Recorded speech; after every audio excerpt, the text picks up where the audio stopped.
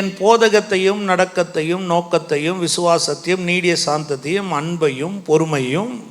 But you have carefully followed my doctrine, manner of life, purpose, faith, long suffering, love, perseverance.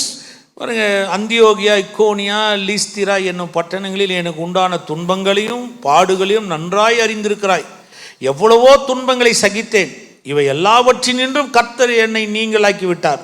Persecution, afflictions which happened to me at Antioch and Iconium, at Lystra, with persecutions I endured, and out of them all the Lord delivered me. அன்றியும் கிறிஸ்து இயேசுக்குள் தேவபக்தியாய் நடக்க மனதாய் இருக்கிற யாவரும் துன்பப்படுவார்கள். Yes, and all who desire to live godly in Christ Jesus will suffer persecution. பாருங்க, சொல்லும் போது இந்த வார்த்தையை பயன்படுத்துறாரு, என் போதகம் அப்படின்றார் இல்லையா. See, here he uses the word called doctrine, right? ஆங்கிலத்துல கரெக்டா வருது, அது doctrine. He uses in English the word doctrine, right word. உபதேசம்ன்ற வார்த்தையை கொண்டு வராங்க. The word doctrine is used here. ஏன்னா ஒரு உபதேசம்ன்றது மிக அவசியம். Doctrine is very much required. ஒரு உபதேசம் என்பது எப்படிப்பட்டதுன்னா, you know what is a doctrine? தேவன் என்னவா இருக்கிறார், எப்படிப்பட்டவரா இருக்கிறார், எப்படிப்பட்ட கிரியைகளை செய்யக்கூடியவரா இருக்கிறார், மனிதனுக்கும் தேவனுக்கும் உள்ள ஒரு மிகப்பெரிய மாற்றம் எப்படி உண்டாகுது, இப்படி எல்லாம் எடுத்து போதிக்கிறாங்க பாருங்க. அதுக்கு பேர் தான் போதகம். Who is God and how God works and how God does these certain things to man and how it has a transformation over the man.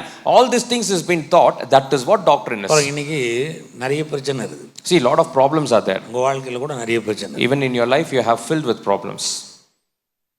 ஆனா உங்களை பார்த்தா பிரச்சனையே இல்லாத மாதிரி உட்கார்ந்துக்கிறீங்க. But you look as if you don't have any problem. இல்லையா? Right? பிரச்சனை எனக்கு ஒன்றும் இல்லை, நீங்கள் யாருக்கோ சொல்கிறீங்கன்னு நினைக்கிறீங்க. You think that as if you don't have any problem, as if someone else is spoken. எனக்கு தெரியுது ஒவ்வொருத்தருக்கும் நிறைய பிரச்சனை இருக்குது. But I know very well that everyone face many problems. நிறைய பிரச்சனைக்கு என்ன பதில்? But what is the answer for that? என்ன பதில்?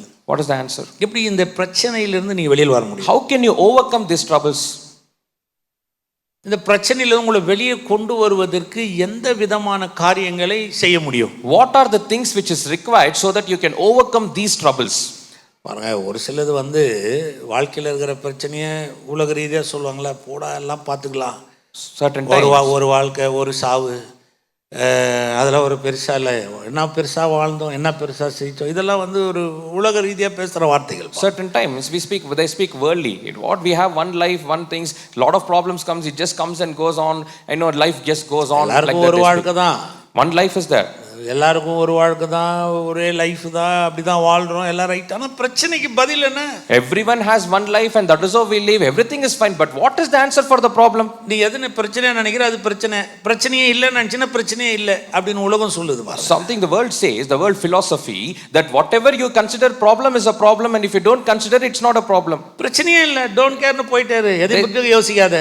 They say don't care about anything and just move on. இல்லை, அது நல்ல ஆரோக்கியத்தை தராது. That's not a healthy life.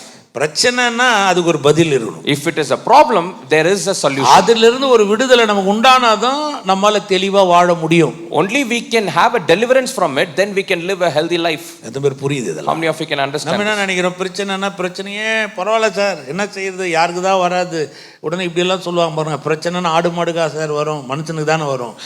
Sometimes they say problems are coming, sir, problems is okay. Is the problems will come to all the cattle and sheep, will it come only to mankind? ஆடு மாடுக்கா வரும், மனுஷனுக்கு தானே வரும். Will it come to any animals? It comes only to man. உடனே சொல்லுவாங்க பாருங்க, எல்லாரையும் பாருங்களேன், உலகத்துல எல்லாருக்கும் வரதானே, எல்லாரும் தாண்டி போலே, அந்த மாதிரி போயிடுங்க sir. See, everybody goes through the problems and they move on. Similarly you too move on. இல்ல பக்கத்துல சொல்லுங்க, அப்படி கிடையாது. Look at your neighbor and say it's not like that. அப்படி வாழ்றதுக்கு எனக்கு ஒரு ரட்சகர் தேவை கிடையாது. If I have to live like that, I don't need a savior. எனக்கு ஒரு சிலுவை தேவை கிடையாது. I don't need a cross then. எனக்கு ஒருத்தர் உயிர் கொடுக்க தேவை கிடையாது. And nobody has to give a life for me. கடவுளே மனுஷனா இறங்கி வர வேண்டிய அவசியம் கிடையாது. God has incarnated as a human kind, that's not needed. அவருடைய வேத வசனம் எனக்கு அவசியம் கிடையாது. The word of God is not required. இல்ல, அப்ப இது இப்படி வாழ்றதுக்கு எனக்கு எதுக்குங்க தேவன்? See, for me to live like this, why do I need God? என் தேவன் சகலத்திலிருந்தும் என்னை விடுவிக்கிறார்னு வேதம் சொல்லுது. Amen. My God will deliver me out of everything is what the promise is. அப்போ இந்த பிரச்சனைனா என்ன? What is this problem? பாருங்க, இந்த உலகத்துல வாழ்றதுக்கு நிறைய சவால் இருக்குதுங்க. We have lot of challenges in the world. எத்தனை பேர் விசுவாசிக்கிறீங்க? How many of you believe this? this. சவால் இருக்குது. We have challenges. ஒவ்வொரு காரியத்திலும் நமக்கு சவால் இருக்குது. Every things we have a challenge. ஆனா அந்த சவாலை ஜெயிக்கிறதுக்கு ஒரு வழி இருக்குதுங்க. But to overcome this challenge we have one way. அது கடவுளுடைய வார்த்தை மட்டும்தான். That is the word of God alone. கடவுளுடைய உபதேசத்தை தவிர உங்க வாழ்க்கையில ஒரு பெரிய வெற்றியை எதுவும் தர முடியாது. Apart from the doctrine of God, you can never have any successful things in your life.